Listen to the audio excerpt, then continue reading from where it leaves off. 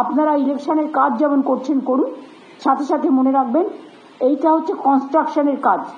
Government যে কাজগুলো ডেভেলপমেন্টের জন্য দিয়েছে, আমাদের কিছু মানুষের কাছে কমিটমেন্ট আছে। গ্রামীণ রাস্তা, গ্রামীণ বাড়ি, পানীয় জল, স্বাস্থ্য, সামাজিক সুরক্ষা, কৃষক বন্ধু, যেগুলো কন্টিনিউয়াস প্রসেসে স্কিমগুলো চলবে।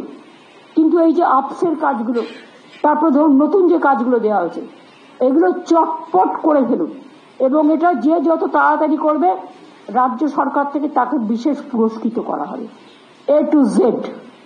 এবং মিনিস্টারদেরও বলবো এসব ব্যাপারে লক্ষ্য রাখতে, এবং প্রিন্সিপাল সেক্রেটারি যারা আছেন, যারা ডিপার্টমেন্ট লিড করেন, হেড অফ দ্য ডিপার্টমেন্ট যাদের আমরা বলি, লিডার অফ দ্য ডিপার্টমেন্ট, তাদের উপরেও কিন্তু অনেকটা নির্ভর করছে।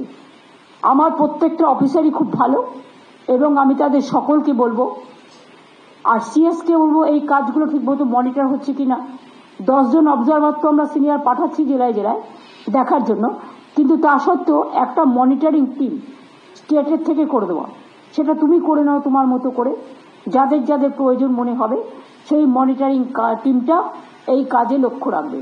আর শীতকাল আসছে, আমি পুলিশকে বলবো এই সময়টা কুয়াশা হয়, অ্যাক্সিডেন্ট বেড়ে যায়, সেফ ড্রাইভ সেফ লাইফের উপর গুরুত্ব বেশি দিতে, এবং যেখানে স্পিড কন্ট্রোল করা উচিত সেখানে স্পিড কন্ট্রোল লাগিয়ে দিতে।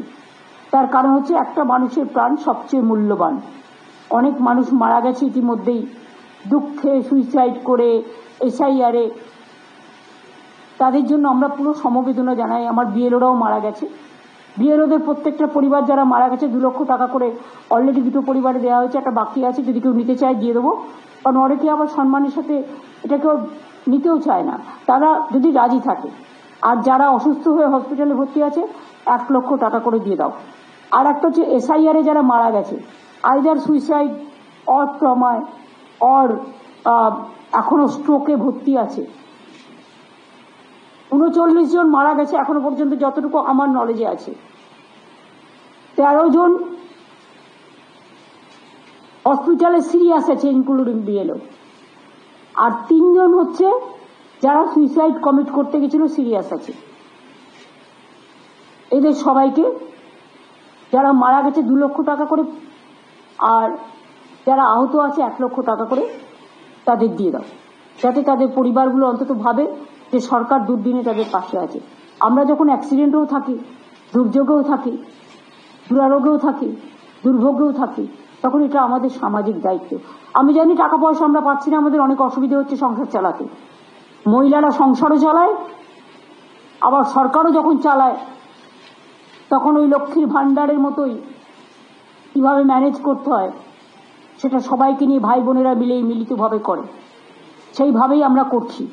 অনেক যন্ত্রণা, অনেক লাঞ্ছনা, অনেক বঞ্চনা থাকা সত্ত্বেও, তা সত্ত্বেও কেন্দ্রীয় সরকারকে বলবো অনেক ধন্যবাদ, আপনারা আমাদের টাকা আটকে রেখেছেন তার জন্য। তাতেও মনে রাখবেন, দয়া করে যতই অত্যাচার করুন, অপপ্রচার করুন, উৎসাহ করুন, চক্রান্ত করুন, আমরা কিন্তু আপনাদের সাথে কোঅপারেশন চাই, আমরা নন কোঅপারেশন চাই না। আশা করি এটুকু আপনারা শুনতে পাচ্ছেন।